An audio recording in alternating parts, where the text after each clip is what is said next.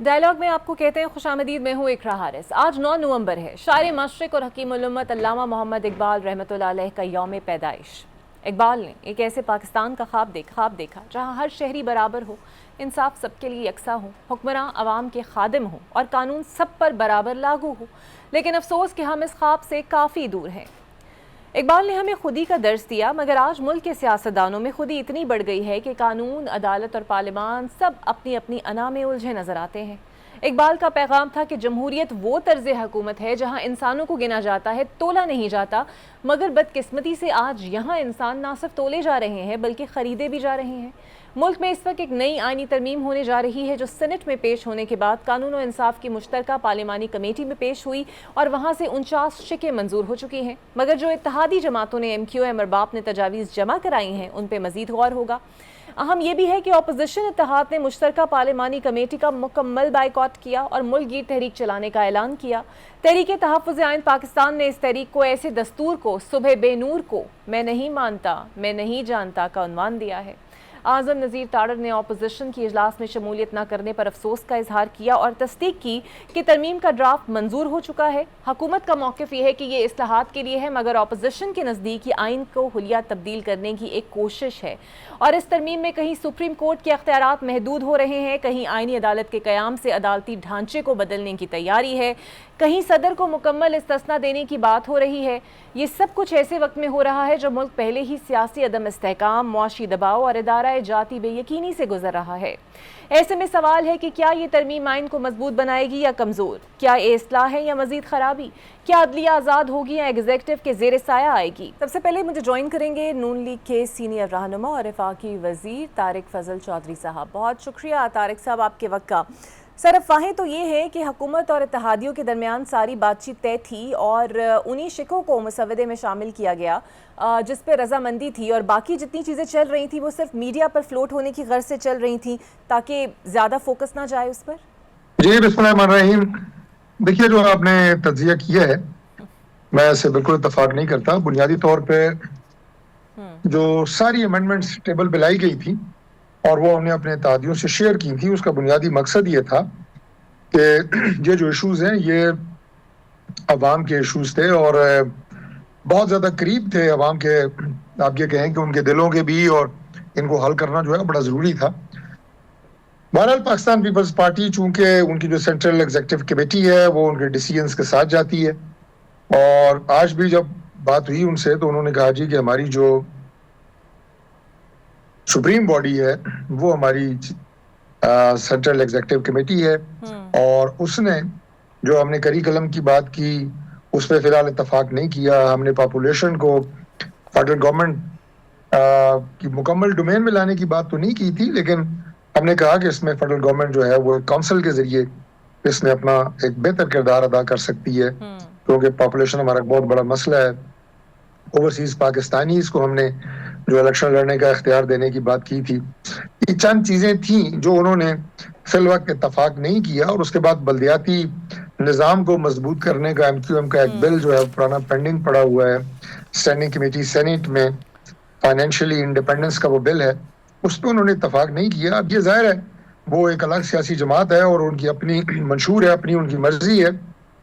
NFC کے حوالے سے انہوں نے اتفاق نہیں کیا، حالانکہ ہم صرف پاکستان کو جو ڈیٹ سروسنگ ہے اس کے حوالے سے بات کر رہے تھے کہ وہ مرکز کے اوپر ایک بہت بڑا آپ یہ کہیں کہ برڈن ہے، اور اگر اس میں کوئی تھوڑا بہت شیئر صوبے بھی ڈالیں تو ڈالنا چاہیے۔ یہ ایک اوپینین تھی ہماری، انہوں نے ان باتوں سے اگر اتفاق نہیں کیا تو اس کا یہ مطلب نہیں کہ ہم اس میں کوئی نان سیریس ہیں۔ ہماری وہ گفتگو جاری رہے گی اور کسی وقت بھی 28ویں ترمیم کے ذریعے ہمیں امید ہے کہ ہم ان ایشوز کو جن کا میں نے ذکر کیا اور اس کے ساتھ دیگر بھی اگر کوئی ایشوز ہوں گے جنہیں لایا جا سکتا ہوا تو ہم ضرور کریں گے۔ یہ جو کانسٹیٹیوشن ہے اٹس اے لیونگ ڈاکومنٹ، یہ ایک زندہ رہنے والی دستاویز ہے اور اس میں امینڈمنٹس 2/3 اکثریت سے آئین کے مطابق ہو سکتی ہیں۔ اس لیے فی الحال چونکہ اس میں کنسنسس پیدا نہیں ہو رہا تھا تو ہم نے یہ مارجن دیا اپنے اتحادیوں کو کہ وہ اس میں مزید ڈیلیبریشنز کریں، اپنے اندر مشاورت کریں، اور جب کنسنسس پیدا ہوا تو دوبارہ لے آئیں گے انشاءاللہ. بالکل صحیح. اور اب چونکہ آپ نے خود ہی ذکر کر دیا ہے 28ویں ترمیم کا کہ 27ویں کے بعد ہم ایکسپیکٹ کریں کہ 28ویں بھی آئے گی، کیونکہ ہم یہ بھی سن رہے تھے کہ آپ لوگ الیکشن کمیشن کے حوالے سے بھی تبدیلیاں کرنا چاہتے ہیں، تو یعنی انتظار اب ہم شروع کر دیں اس کا بھی؟ بالکل عین ممکن ہے، کیونکہ چیف الیکشن کمشنر کی تقرری کے حوالے سے آئین میں جو طریقہ کار اس وقت درج ہے اس میں leader of house opposition leader کی مشاورت ہے، اور اس کے بعد اگر یہ فیصلہ نہ ہو سک رہا ہو تو پھر 4 رکنی کمیٹی ہے اپوزیشن اور گورنمنٹ پہ مشتمل لوگوں کی برابر اس میں نمائندگی ہے. اگر وہاں پہ بھی ڈیڈ لاک ہو تو آگے پھر آئین میں کوئی ایسی پروویژن نہیں ہے. تو ہم یہ تجویز کر رہے تھے کہ اس کے بعد اس تقرری کو بھی اگر کمیٹی پارلیمنٹ کی نہ فیصلہ کر سکے تو جوڈیشل کمیشن کو یہ معاملہ دے دیا جائے، اور جو ججز کی بھی اپوائنٹمنٹ کرتا ہے وہ چیف الیکشن کمشنر کی اور جو ممبران ہیں ان کی تقرری کر سکے تاکہ اس میں ڈیڈ لاک نہ ہو. لیکن اس پہ بھی کنسنسس نہیں بن سکا. تو بالکل میں دوبارہ یہ بات کہوں گا کہ یہ جو میں نے آپ کے سامنے 5 نکات رکھے ہیں جس پہ اتفاق نہیں ہو سکا، اور اتفاق تو میں نہیں کہوں گا، اتفاق تو تھا لیکن اس میں کنسنسس پیدا نہیں ہو سکا.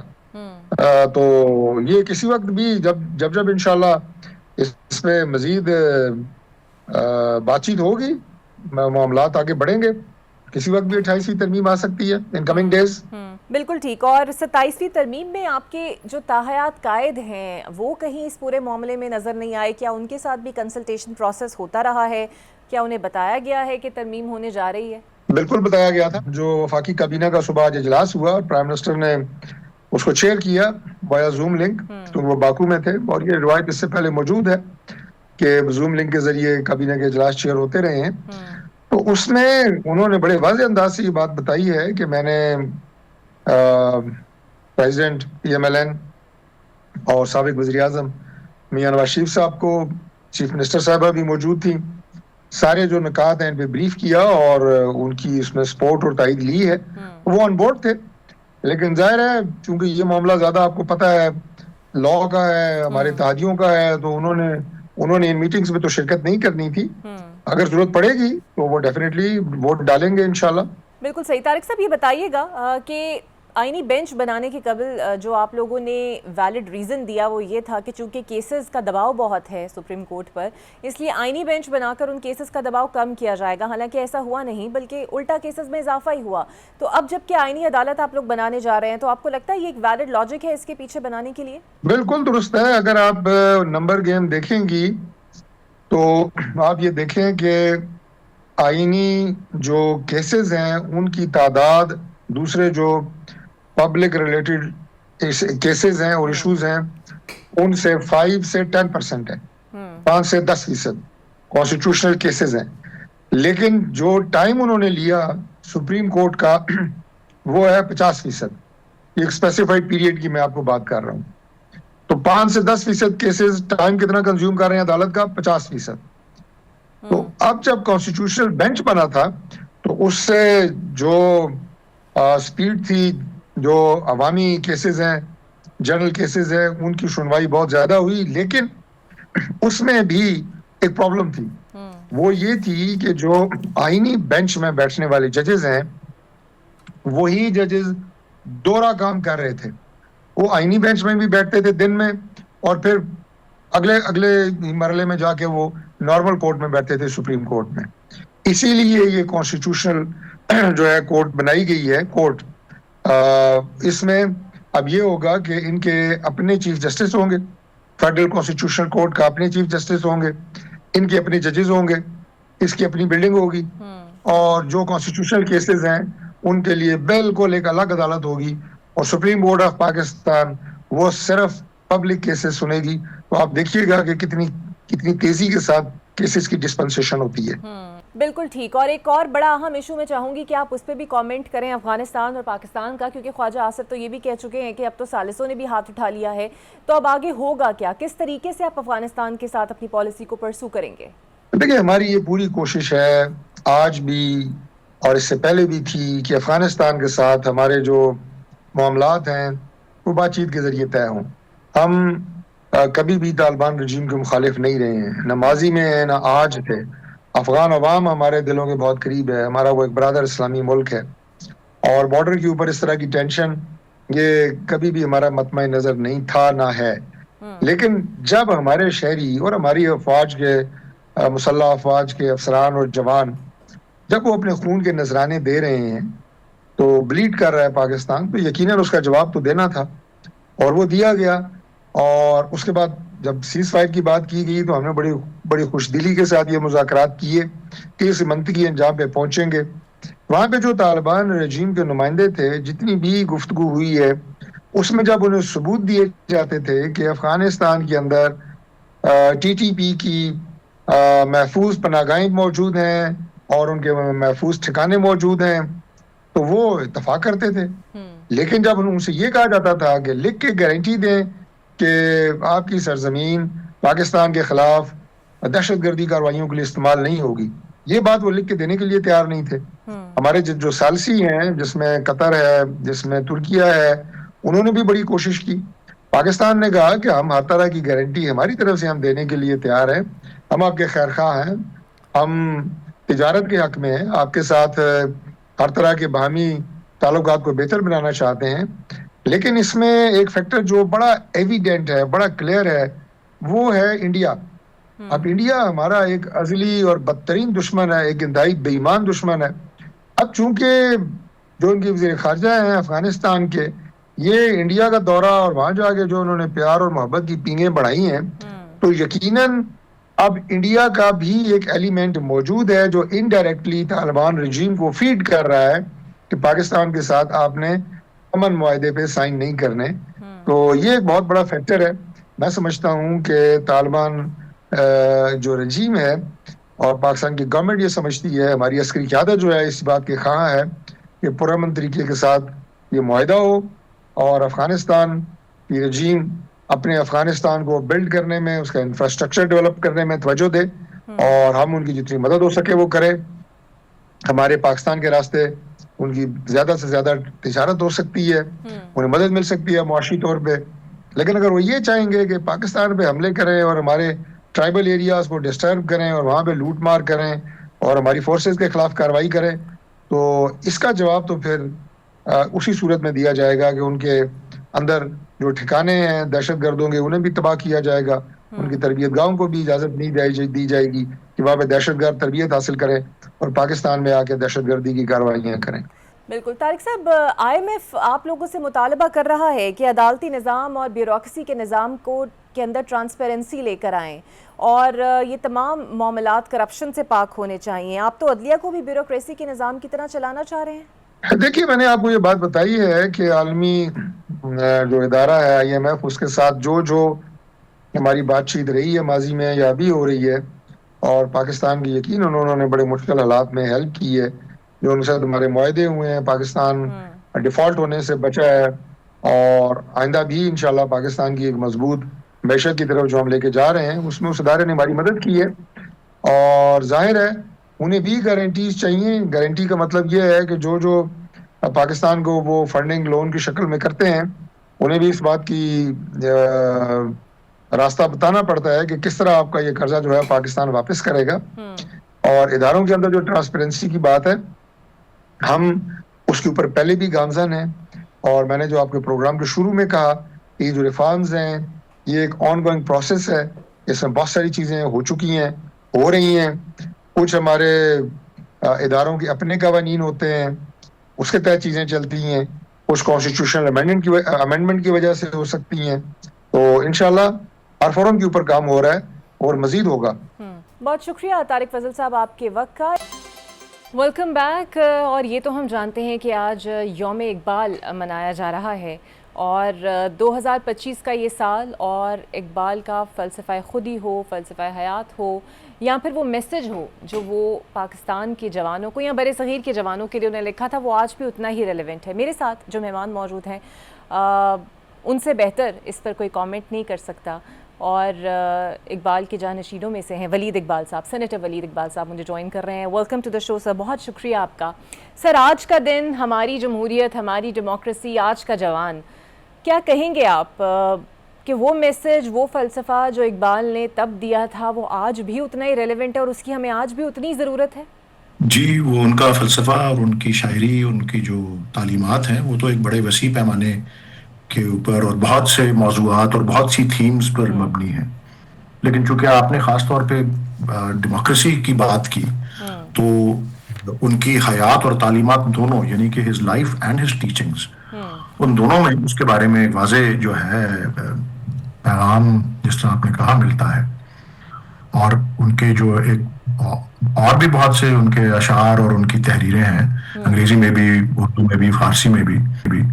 لیکن ایک جو اس پہ خاصی جس کو شہرت بھی حاصل ہے، ان کا ایک شعر اردو کا، وہ تو یہی ہے کہ سلطانی جمہور کا آتا ہے زمانہ، جو نقش کہن تم کو نظر آئے مٹا دو.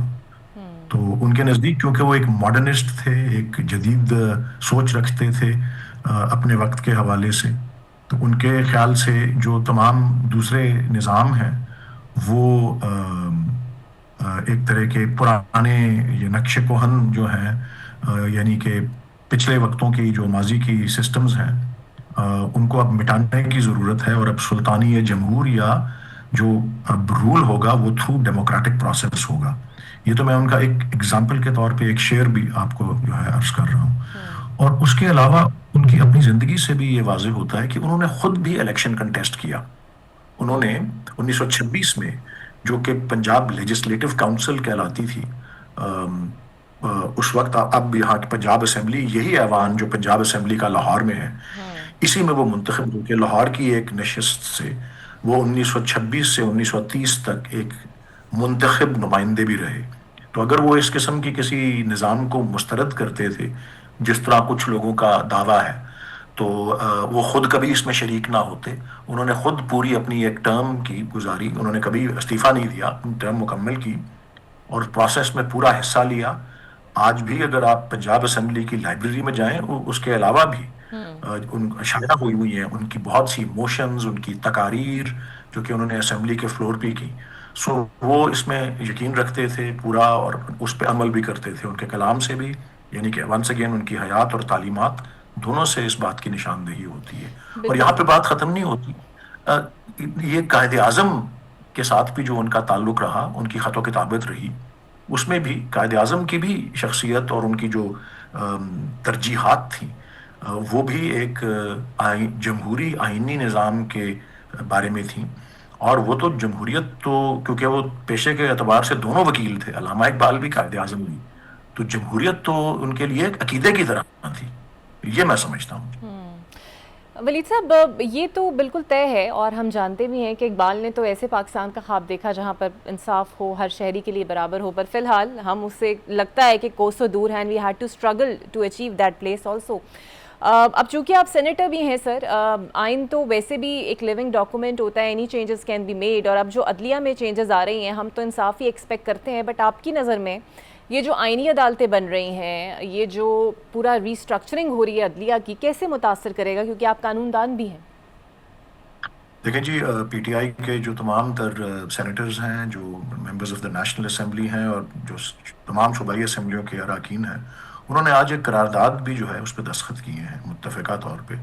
اور اس پہ جو ہے ہماری پوزیشن بطور ایک سیاسی جماعت کے وہ بالکل واضح ہے کہ وہ ترمیم 26ویں ہو یا اب جو مجوزہ 27ویں ہے، اس کو تو ہم تم بالکل مسترد کرتے ہیں. اور اس کی تفصیلات جو آپ نے وہ آئینی عدالتوں کے حوالے سے بات کی ہے، اس پہ بھی میں روشنی ڈالوں گا. لیکن اس میں سب سے بڑی اور اہم اور بنیادی بات جو ہے، جو ہماری طرف سے موقف پیش ہوا ہے، وہ یہ ہے، یہ ایک نمائندہ ایوان ہے ہی نہیں. اور جب وہ نمائندہ ہے ہی نہیں، جب وہ عوام کی نمائندگی ہی نہیں کرتے بلکہ مسلط کیے گئے ہیں، اور اس میں الیکشن سے پہلے کی تمام جو اقدامات تھے، وہ سمبل ہمارا چھین لینا ہم سے، امیدواروں کے ساتھ جو سلوک ہوا وہ کرنا، ان کو ڈرانا دھمکانا، پھر الیکشن کے دوران جو ہوا، پھر الیکشن کے نتائج کے وقت جو سارا کچھ ہوا، وہ، اور یہ اس کی ڈاکیومنٹیشن ہمارے یہاں چراغ تلے اندھیرا ہے. دنیا بھر کے جو آبزرورز آئے ہوئے تھے، دنیا بھر کے جو مبصرین اور جو صحافی آئے ہوئے تھے، سب نے دیکھا ہے اور سب نے ڈاکیومنٹ کیا ہوا ہے. کچھ رپورٹیں منظر عام پہ بھی آئی ہیں، کچھ نہیں بھی آئی. سو یہ تو ایک غیر نمائندہ ایوان اور یہ غیر نمائندہ پارلیمنٹ یہ کر رہی ہے. یہ ویسے ہی باطل سمجھا جانا چاہیے، پہلی بات۔ دوسری یہ کہ آف کورس اس میں پورا جو ہمارا آئین ہے اس کا جو بنیادی ڈھانچہ ہے، یا جس کو آپ بیسک سٹرکچر کہتے ہیں یا سیلینٹ فیچرز کہیں گے، جس میں ایک اہم ستون عدلیہ کی آزادی ہے اور دیگر بھی ہیں، اس میں اختیارات کی جو تقسیم جسے کہا جاتا ہے، سیپریشن آف پاورز، اس سارے جو تصور کو، یعنی کہ آئین کے پورے جو ایک کمپلیکس یا عمارت اسے کہہ لیں گے، اس کو زمیں بوس کرنے کے مترادف 26ویں تو تھی ہی، اور وہ جو کسر رہ گئی ہے وہ اس کو بالکل جو ہے زمین بوس کرنے کی حد تک وہ اب 27ویں ترمیم میں بشمول یہ جو ایک الگ سے ایک نیا عدالتی نظام تشکیل دیا جا رہا ہے جو کہ انتظامیہ کے بالکل ماتحت ہے۔ جزوی طور پہ تو اس کو ماتحت بنا ہی دیا تھا کانسٹیٹیوشنل بینچ اور بینچز کی سلیکشن، ججز کی تقرری اور ججز کی جو پروموشن ہے، اور وہ سینیورٹی پرنسپل جس پہ چیف جسٹس بنتے ہیں، یہ ساری چیزیں بڑی عرصے سے، اب تو 1996 میں ایک بڑا اہم فیصلہ آیا تھا ججز کیس یا الجہاد ٹرسٹ کیس کا، جس میں عدلیہ کی آزادی کے حوالے سے یہ تمام تفصیلات کے اوپر روشنی بھی ڈالی گئی تھی، کس طرح چیف جسٹسز کے تقرر کو انہوں نے علیحدہ کیا تھا انتظامیہ کے کنٹرول سے، اور کس طرح بتایا تھا کہ سینیورٹی پرنسپل اگر ضروری اس لیے ہے کیونکہ اس سے عدلیہ کی آزادی یقینی ہوتی ہے۔ تو یہ تو سارے پورے اسٹرکچر کو تباہ و برباد جو ہے کر دیا گیا ہے پہلے ہی، اور اس کو جو کسر رہ گئی ہے وہ بھی اب 27ویں ترمیم سے پوری ہو رہی ہے۔ اچھا سر، یہ سلسلہ یا رکنے والا نہیں ہے؟ بیکاز ابھی میرے ساتھ طارق فضل صاحب تھے، وہ تو کہہ رہے تھے کہ جو شکیں رہ گئی ہیں وہ 28ویں میں آئیں گی، and we are ready for it, جب یہ منظور ہو جائیں تو ہم 28ویں کی طرف بڑھ بھی رہے ہیں۔ یہ جو ججز کی تعیناتی ہے، جس طرح آپ ذکر بھی کر رہے ہیں، ٹرانسفرز ہو گئی، یہ سپریم جوڈیشل کونسل کے ذریعے کروانا چاہ رہے ہیں، لیکن یہ جو جوڈیشل کمیشن میں ریشو ہے وہ آپ بھی جانتے ہیں 9-4 ہے، جس میں ایگزیکٹو کے افراد ہے، تو نتیجہ تو پہلے سے ہی طے ہے۔ تو آپ کی نظر میں یہ عمل کیسے شفاف ہوگا؟ اور جو ججز انکار کر دیں گے، نہیں آئینی عدالت جانا چاہیں گے، وہ ریٹائر تصور ہوں گے؟ بالکل جی، یہ تو میں نے تو عرض کیا، یہ سارا جو تصور ہے عدلیہ کی آزادی کا، اور میں آپ کے تو محدود کچھ وقت ہے پروگرام میں، وہ تو پوری اس کی تفصیل بیان سپریم کورٹ نے خود 1996 ہی میں اپنے فیصلے میں کی تھی، جو کہ ایک بڑا بنیادی فیصلہ تصور ہوتا ہے ہماری عدالت عظمیٰ کا عدلیہ کی آزادی کے حوالے سے، اور اس میں خصوصاً جو مرکزی اس کا جو نقطہ اس میں جس کے اوپر تشریح ہوئی اور جس کے اوپر بڑی تفصیل سے ججمنٹ دی اور یہ تعین ہوا عدلیہ کی آزادی کا، وہ پہلو جس کا تعلق تقرری سے ہے۔ آپ ججز کو انسپیکٹر جنرل آف پولیس کی طرح یا وفاقی سیکرٹری کی طرح پوسٹنگ اور ٹرانسفر نہیں کر سکتی انتظامیہ، پھر تو وہ انتظامیہ، پھر عدلیہ انتظامیہ ہی کا حصہ ایک بن جائے گی نا۔ تو وہ تو ہمارے آئین کا بنیادی تصور ہی ایسا نہیں ہے، اور جب تک کہ کوئی احتساب کا عمل نہ ہو، کوئی چیکس اینڈ بیلنسز نہ ہوں، جب تک کہ کوئی ایک ریاست جو ہے وہ اپنی قوت اور اپنے اختیارات کے استعمال کے اندر اگر تجاوز کرتی ہے آئینی اصولوں سے، تو ان کے اوپر اگر کوئی نگرانی نہ ہو اور اس کو کالعدم قرار دینے کا کوئی مؤثر نظام نہ ہو، تو ایک تو ریاست جو ہے وہ ہر قسم کے پھر فیصلے اپنے مسلط کرے گی عوام پر۔ دوسرا یہ کہ ایک اور جو، یہ تو میں روزمرہ کے روٹین معاملات کی بات کر رہا ہوں جو ریاست اپنا اختیار استعمال کرتی ہے، ایک جو اہم جو آئین میں جو ایک سماجی معاہدہ ہوتا ہے یا سوشل کانٹریکٹ ہوتا ہے، اس کا ایک حصہ لوگوں کے اور شہریوں کے، اور نہ صرف شہریوں کے بل تمام جو انسان اس سرزمین پر ہیں، شہری یا جو باہر سے یا کہیں آئے اور کے بھی ہیں، ان کے جو بنیادی حقوق ہیں ان کا تحفظ اور ان کا نفاذ، ان کی انفورسمنٹ، وہ بھی وہ عدلیہ کرتی ہے۔ اور اگر وہ انتظامیہ کا ایک حصہ ہی بن جائے تو پھر اس کا نفاذ کیا ہوگا؟ وہ تو تابع ہو جائے گی، اور وہ کچھ حد تک ہو گئی ہوئی ہے، اور جو کر رہی کئی کسر ہے اس کو بھی پورا جو ہے 27ویں ترمیم کر رہی ہے۔ سر پی ٹی آئی کو اس سے اعتراض ہے، آپ کو بھی، اور پی ٹی آئی کو اس سے بھی اعتراض ہے کہ صدر کو جو تاحیات استثناء ملنے جا رہا ہے، شہباز شریف کے لیے بھی ویسے ہی سجیسٹ ہوا تھا، بٹ انہوں نے تو کہہ دیا کہ جناب میں ایسا کوئی استثناء نہیں لوں گا۔ ڈاکٹر عارف الوی نے بھی ایسا کوئی استثناء نہیں لیا، بلکہ ایز سٹنگ پریزیڈنٹ ڈاکٹر عارف الوی جو ہیں وہ خود عدالت کے اندر، حالانکہ ان کو پابندی نہیں تھی، وہ استثناء کلیم کر سکتے تھے ایز سٹنگ پریزیڈنٹ۔ وہ ایز سٹنگ پریزیڈنٹ جو ہے وہ ایک اینٹی ٹیررزم کورٹ میں یا کسی سیشنز کورٹ میں خود جا کے پیش ہوئے تھے، اور پھر وہ کیس ان کا ڈسچارج ہوا تھا۔ لیکن جس طرح کی شخصیات اور جس طرح کا ماضی رکھنے والے لوگ اس وقت ان آئینی عہدوں پر ہمارے پر مسلط کیے گئے ہیں وہ آپ کو پتہ ہی ہے جی کیا ہے، اور اس کے بارے میں پھر آگے کے لیے بالکل بھی صحیح. اچھا ولید یہ صاحب، تو آج کے یہ آپ دن دیکھیں، آپ جی ایک سر. دیکھیں، میں صرف ایک چھوٹا سا اگزامپل دیتا ہوں. فرانس میں بھی جب آپ صدر کے عہدے پر فائز ہیں تو آپ کو اس حد تک استثناء ہے کہ اس دوران آپ کو نہیں عدالت میں گھسیٹا جا سکتا، کیونکہ آپ اپنے فرائض سر انجام دے رہے ہیں، نہیں تو روز آپ کے اوپر کو کیس کر دے گا، وہ حقیقی کیس ہو یا فالس یا فیک کیس ہو. لیکن ایک بار آپ اس عہدے سے ہٹ جاتے ہیں تو وہ استثناء بھی ختم ہو جاتا ہے. اور آپ دیکھیں سابق صدر فرانس کے نکولس سارکوزی اس وقت جیل میں ہیں، اور ان کے اوپر باقاعدہ بدعنوانی کا اور وہ کیمپین میں فارن فنڈز کا اور اس طرح کا کوئی کیس جو ہے اس پہ ان کی کنوکشن ہوئی ہے، اور وہ جیل اس وقت ایک فرانس کے ایک جیل کے اندر ہے، اور وہ استثناء نہیں ہے. اور یہ ایک آزاد جمہوری نظام میں ایسا ہی ہوتا ہے. بالکل ٹھیک ہے. یہ آئی ڈونٹ نو ہم یہ کس، اور یہ تو ہمارے دین اسلام کے بھی بڑا سخت خلاف ہے یہ سارا تصور استثناء کا، عہدے کے دوران بھی استثناء کا. عہدے کے بعد تو مطلب آپ کہہ رہے ہیں نا کہ وہ تو سبحان اللہ والی بات ہو گئی نا، حدیں پار کرنے والی بات ہو گئی. مطلب ہم اپنے تمام اخلاقی، دینی، آئینی، قانونی، مطلب یہ ایک جو مہذب قوم ہوتی ہے ہم اس کے دائرے سے ہی باہر نکل رہے ہیں ان ساری چیزوں سے. ولید صاحب ایک آخری سوال، یوم اقبال کے دن ولید اقبال صاحب اپنے دادا کو کس طریقے سے یاد کرتے ہیں؟ میں جی اسی طرح سے یاد کرتا ہوں جس طرح سے کوئی بھی ایک ذمہ دار پاکستانی شہری کرتا ہے. اور آج میں ایک تقریب میں مہمان مقرر کے بلکہ صدارت میں کر رہا تھا، اور آپ کے مخصوص سوال کا میں مخصوص جواب بھی وہ دے دیتا ہوں کہ آج میں نے کس طرح یاد کیا. آج اس میں ینگ اسٹوڈنٹس بھی موجود تھے اس آڈینس میں جن کو میں مخاطب کر رہا تھا، اور ان کے اساتذہ بھی تھے. تو میں نے اسپیشلی ان کو یہ بتایا کہ میں نے شاعری پہ ان کی فوکس کیا، اور میں نے یہی بتایا کہ آج کل سوشل میڈیا کے دور میں جس طرح فیک نیوز بہت ہوتی ہے، فیک شاعری بھی اس ہو طرح رہی اب فیک کلام بھی بہت زیادہ بالکل. فیک کلام بھی بہت زیادہ سرکولیٹ کرنے لگ پڑا ہے.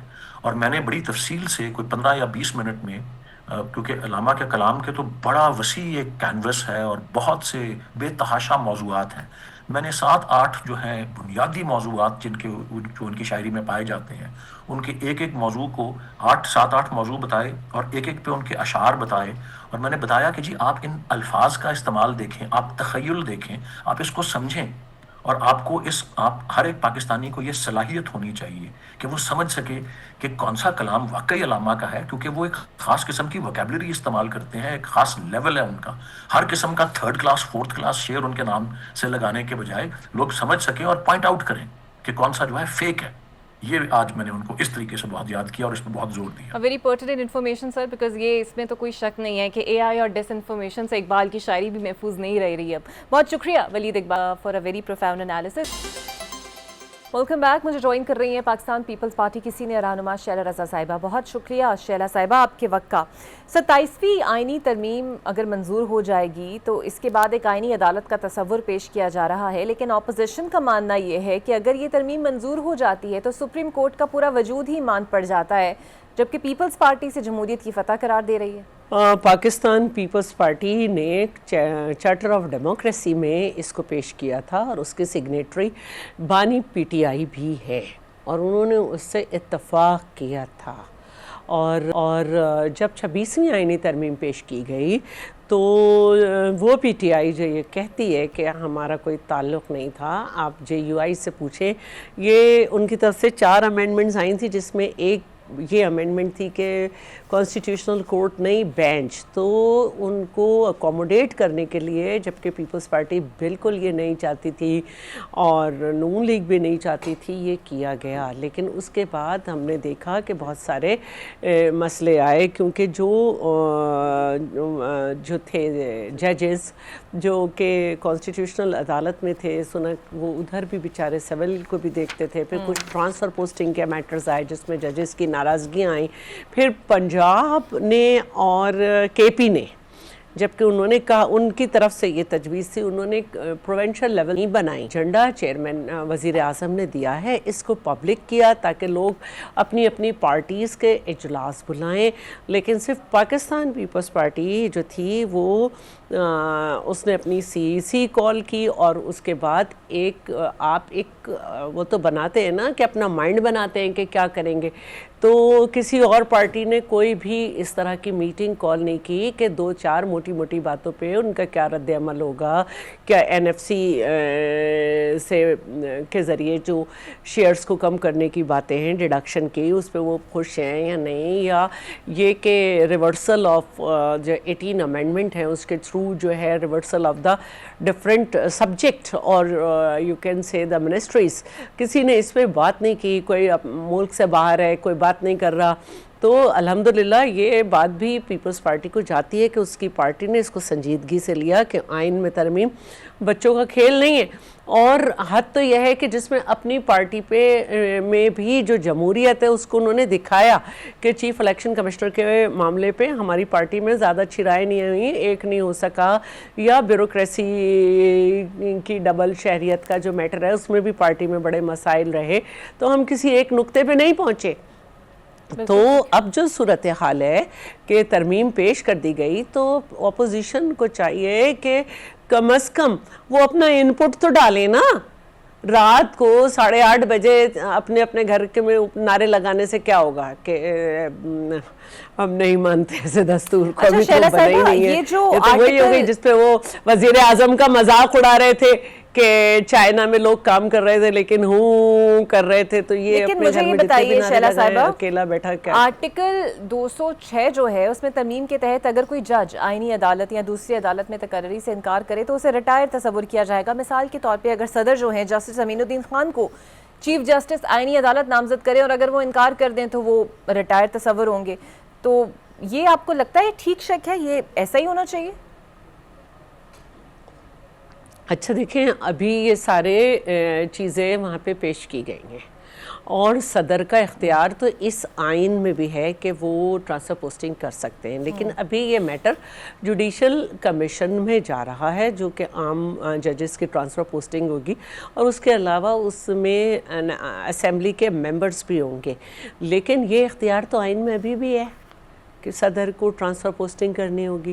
اور اس کے علاوہ میں آپ کو بتاؤں کہ بہت ساری باتیں ایسی تھیں جو چارٹر آف ڈیموکریسی میں تھیں جس پہ سب متفق تھے، لیکن 19ویں ترمیم کر کے چودھری افتخار نے اس میں بہت ساری چیزیں کر دی تھیں، اور نون لیگ کیونکہ اس وقت ایک ڈفرینٹ مائنڈ سیٹ میں تھی تو وہ گئی تھی. تو ابھی بھی جو ہے یہ ساری چیزیں انڈر ڈسکشن ہیں. تو اب کیونکہ کل سے اس پہ غور و خوض شروع ہوگا، کل جو تھی وہ ایک انٹروڈکٹری میٹنگ تھی، آج بھی بیٹھے ہیں لوگ، اور جو میں سن رہی تھی اعظم نذیر تارڑ صاحب کہہ رہے تھے کہ 70 to 80% ہم جو ہیں کیونکہ چار ہی مین چیزیں ہیں اس پہ بحث کمپلیٹ ہو گئی ہے، لیکن ہم ابھی 20 to 30% چاہ رہے ہیں کہ مزید اس پہ بحث ہو اور جو کمپلیٹ ہو اس کے بعد ہی سامنے آئے. تو اگر اپوزیشن باہر کھڑے ہو کے بات کرے گی آپ کو محسوس ہوتا ہے شیلا صاحبہ کہ 26ویں ترمیم کے بعد کے اندر خاصے اختلافات پیدا ہوئے اور رہے بھی، اور ججوں کے آپسی معاملات جیسا کہ چیف جسٹس کی تعیناتی کا معاملہ ہے، یہ 27ویں اس کو مزید ہوا نہیں دے گی، مزید اختلافات بڑھائے گی نہیں؟ جہاں تک اعظم نذیر تارڑ صاحب ہیں ان کی جو گفتگو ہے اس سے مجھے لگتا ہے کہ انہوں نے کہا کہ ہم نے اس میں بہت سارے لوگوں کو آن بورڈ لیا ہے، اور اگر آپ مختلف چینلز پہ دیکھیں تو ہمیں اتنی زیادہ مخالفت نظر نہیں آ رہی ہے. تو لیٹس سی. لیکن آپ یہ سمجھتی ہیں کہ 18ویں ترمیم کا پبلک ہو گیا ہے ڈاکیومنٹ، پبلک ہو گیا ہے ڈاکیومنٹ، اور اس میں ہر کوئی اپنی رائے دے سکتا ہے، مختلف پارٹیز کے ساتھ رابطہ کر کے دے سکتا ہے. اعظم نذیر تارڑ صاحب بہت ایکٹیو قانون دان ہیں، ان کے بہت تعلقات ہیں سب سے، ان کو بھی دے سکتا ہے ڈائریکٹ. لیکن آپ یہ سمجھتی ہیں کہ 18ویں ترمیم اوبویسلی پاکستان پیپلز پارٹی کا ہی کریڈٹ ہے، اس پر 9 ماہ مشاورت ہوئی، 77 اجلاس ہوئے، 385 گھنٹے لگائے گئے، عوام سے 982 تجاویز وصول کی گئیں، پھر 27ویں ترمیم پر اتنی عجلت، اتنی جلد بازی کہ پارلیمانی کمیٹی یا مشاورت کا عمل تک نہیں اپنایا گیا؟ دیکھیے یہ امینڈمنٹس چھوٹی چھوٹی امینڈمنٹس ہیں، کوئی بڑی امینڈمنٹس نہیں ہیں، جس پہ آلریڈی 26ویں کے وقت بھی مشاورت ہوئی ہے. یہ کوئی بڑی بڑی امینڈمنٹس نہیں ہے، یہ 26ویں ہی ترمیم میں امینڈمنٹس ہے کہ بینچ کے بجائے کوڈ بنائیں، اور یہ حق ہے پارلیمنٹ کا کہ وہ کرے، اور یہ صرف پاکستان میں نہیں ہے، بہت سارے ممالک میں ہیں۔ آپ کہیں تو میں بتا دوں کہ کون کون سے ممالک میں کانسٹیٹیوشنل کورٹس ہیں، اور وہاں پر جو ہے وہ اس حساب سے ہی کام ہوتا ہے۔ ایران میں ہے، اسپین میں ہے، 1 منٹ میں بھی نکالتی ہوں آپ کو پڑھ کے بتا دیتی ہوں، کیونکہ میرے بھی نوٹس آگے پیچھے ہو جاتے ہیں، تو میں آپ کو بتا دیتی ہوں۔ لازماً ہوں گی آپ کہہ رہی ہیں، لیکن میرا سوال تو یہ تھا کہ کافی عجلت میں یہ ہوا ہے۔ اچھا مجھے آپ یہ بتائیے گا شیلا صاحبہ کہ نہیں، اب اس کو ہم ابھی یہ کہہ رہے ہیں کہ جو بھی اس میں جو ٹائم لیتا ہے کرے، لیکن آپ اس کی ترمیمات کا حصہ بھی نہ بنے، اس بحث کا حصہ بھی نہ بنے، آپ بتائیں بھی نہیں کہ کیا کیا کرنا ہے۔ دیکھیے یہ ہے ترکی، اٹلی، اسپین، مصر، ایران، ادھر یہ عدالتیں آلریڈی موجود ہیں، اور بھارت میں بھی سپریم کورٹ ہی آئینی عدالت کے طور پر کام کر رہی ہے، اور اس کے علاوہ جرمنی میں بھی فیڈرل اچھا مجھے یہ بتائیے گا شیلا صاحبہ، ابھی کچھ دیر پہلے طارق فضل صاحب میرے پروگرام میں موجود تھے، آپ پاکستان پیپلز پارٹی کو ریزرویشنز ہیں صوبوں کے اختیارات میں کمی کی، تعلیم اور صحت کو واپس سینٹرل کو واپس کرنے کی، NFC کے اوپر، لیکن وہ یہ کہہ رہے تھے کہ 27ویں کے بعد 28ویں ترمیم بھی آئے گی، جن شکوں کو پیپلز پارٹی کے اعتراض کے بعد نکالا گیا ہے وہ بھی منظور ہوں گی 28ویں ترمیم میں، پھر پیپلز پارٹی کا کیا سٹیک ہوگا؟ ہمیشہ ایک ہی رہے گا کہ ہم 18ویں ترمیم کو چھونے نہیں دیں گے، اور خاص طور پر صوبوں کے جو سبجیکٹ ڈیوالو ہوئے ہیں، ہم تو چاہتے ہیں کہ مزید 18 منسٹریز بھی ڈیوالو ہوں، اور اس کے علاوہ سروسز پہ تو ہم سیلز ٹیکس تو صوبے جمع کرتے ہیں، ہم چاہتے ہیں سروسز اور گڈس پہ بھی جو ہے ٹیکس وہ صوبے جمع کریں، لیکن آپ لوگ بلدیاتی نظام آنے نہیں دیتے۔ MQM کے ساتھ بھی تو ایک وعدہ کیا ہوا ہے نا شہباز شریف صاحب نے، وہ بھی پورا کرنا ہے انہیں۔ تھوڑی سی اگر آپ اسٹڈی کر لیں تو آپ یہ دیکھیں گی کہ تمام صوبوں میں صرف سندھ نے اپنے بلدیاتی نظام کی مدت بھی پوری ہونے دی، نیا قانون بھی آیا، اس کو چیلنج اسمبلی کورٹ میں کیا، اور جو اس میں کورٹ نے کہا اس میں ترمیم بھی کی، پھر الیکشن بھی کرایا۔ MQM تو اس کو دیکھنا چاہیے تھا کہ اس نے الیکشن میں حصہ کیوں نہیں لیا۔ اگر جماعت جیت سکتی ہے، PTI جیت سکتی ہے، تو وہ بھی سیٹیں نکال لیتے۔ پتہ نہیں ان کو یہ خوش فہمی کیوں ہے کہ بلدیاتی الیکشن بھی وہ جیت جائیں گے، ان کو خود پتہ ہے کہ وہ کہاں کھڑے ہیں۔ صحیح، بہت شکریہ آپ کا۔ شیلا رضا صاحبہ پاکستان پیپ کی سینئر رہنما میرے ساتھ موجود تھی۔ ویلکم بیک، اور اب مجھے جوائن کر رہے ہیں JUI کے رہنما حاجی غلام علی صاحب۔ بہت شکریہ سر آپ کے وقت کا۔ اپوزیشن اتحاد جو ہے وہ ملکی احتجاج کی بات کر رہی ہے، تحریک کا اعلان کر چکی ہے، جمعیت اسلام بھی اس ترمیم کو دھوکہ اور وعدہ خلافی قرار دے رہی ہے، تو آپ لوگ ساتھ مل کر کوئی تحریک چلا سکتے ہیں؟ بسم اللہ الرحمن الرحیم۔ دیکھو میں وفاقی حکومت سے، تمام سیاسی جماعتوں کے اکابرین سے، خاص کر پاکستان پیپل پارٹی سے اپیل کروں گا کہ بلاول بھٹو زرداری کے نانا نے یہ متفقہ آئین دیا، اور آج تک وہ اس پہ فخر کر رہے ہیں۔ کیا 73 سے لے کر آج تک کوئی ایسی امینڈمنٹ آئی کہ صدر کو استثناء حاصل ہوگا، وزیر اعظم کو استثناء حاصل ہوگا، یا باقی چیزیں؟ نہیں، وزیر اعظم نے تو واپس لینے کا کہہ دیا ہے نا، وزیر اعظم نے تو تجویز قبول ہی نہیں کی۔ دیکھیں اچھی بات ہے، لیکن طریقہ کار امینڈمنٹ کا یہ ہے کہ اس پہ 2-3 مہینے بحث ہونی چاہیے، کمیٹی، یہ پارلیمانی کمیٹی، میں خود پارلیمنٹ کا ہی سب رہا ہوں، پارلیمانی کمیٹی آئین پر یہ قانون سازی نہیں ہے کہ پارلیمانی کمیٹی بنا کے وہ 5 آدمی فیصلہ کریں گے یا 12 آدمی، یہ ہاؤس کا، پورے ہاؤس کو پارلیمانی کمیٹی بنا کے اس پہ ڈیبیٹ ہونا چاہیے۔ سو اب آپ لوگوں کی حکمت عملی ہوگی کیا؟ کیونکہ حکومت کے پاس کسی نہ کسی طرح نمبرز پورے ہو جائیں گے، ترمیم وہ منظور کرا لے گی۔ نمبر کی بات نہیں ہے، دیکھیں یہ نمبر جو ہے نا، اس نمبر پر نہ قوم کو اعتماد ہے، نہ اسمبلی کو اعتماد ہے، نہ MNA کے اپنے اوپر خود اعتماد ہے۔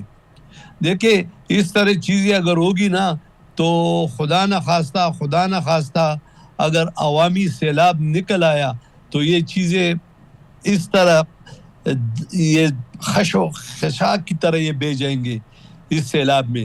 ہم یہ چاہتے ہیں کہ اس وقت ملک کو جو مشکلات ہیں اس مشکلات کو مد نظر رکھ کر ہم تلخیوں کو کم کریں اور ہم کوشش کریں کہ ریاست کی مضبوطی کے لیے اپنی انا کو قربان کر کے تمام لوگوں تو کو سر آپ لوگ یکجا کوئی کر لیں. مشترکہ تحریک تو نہیں چلائیں گے پی ٹی آئی کے ساتھ کہ سوچا جا سکتا ہے دیکھیں اس پر؟ ابھی تو بات ہو رہی ہے اور انشاءاللہ تعالی جماعت فیصلہ کرے گی, ہماری شورا فیصلہ کرے گی, اور انہوں نے جو بھی فیصلہ کر لیا انشاءاللہ تعالی اس پہ لبیک ہوگا.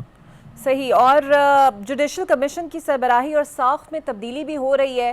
آپ کی نظر میں کیا عدلیہ اور ایگزیکٹو کا توازن بگڑ سکتا ہے اس سے؟ دیکھیں اگر ہم عدلیہ کو کمزور کریں گے, ملک میں انصاف کا جنازہ نکالیں گے, جج خود اتنے کمزور ہو جائیں گے کہ تاکہ وہ اپنے لیے کچھ مانگے اور اس طرح فیصلہ کرے کہ ادھر نہ جائیں ادھر نہ جائیں. دیکھیں عدلیہ کی کمزوری یہ ملک میں انصاف کا قتل ہے, اور عدلیہ کی کمزوری یہ ریاست کی کمزوری ہے. عدلیہ کو مضبوط کرنا چاہیے اور اس میں ایسے فیصلے نہیں ٹوسنے چاہیے کہ وہ خود کمزور ہو. آج دیکھیں پاکستان کی ہسٹری میں پہلی بار ہے اسلام آباد ہائی کورٹ میں کیا ہو رہا ہے. دیکھتے ہیں سر جے یو آئی کی حکمت عملی کیا رہتی ہے. بہت شکریہ حاجی صاحب آپ کا. دیکھتے ہیں آنے والے دنوں میں کچھ واقعی کنکریٹ پالیسی لے کر جے یو آئی میدان میں اترتی ہے یا نہیں اترتی. مجھے دیجیے اجازت. اللہ حافظ.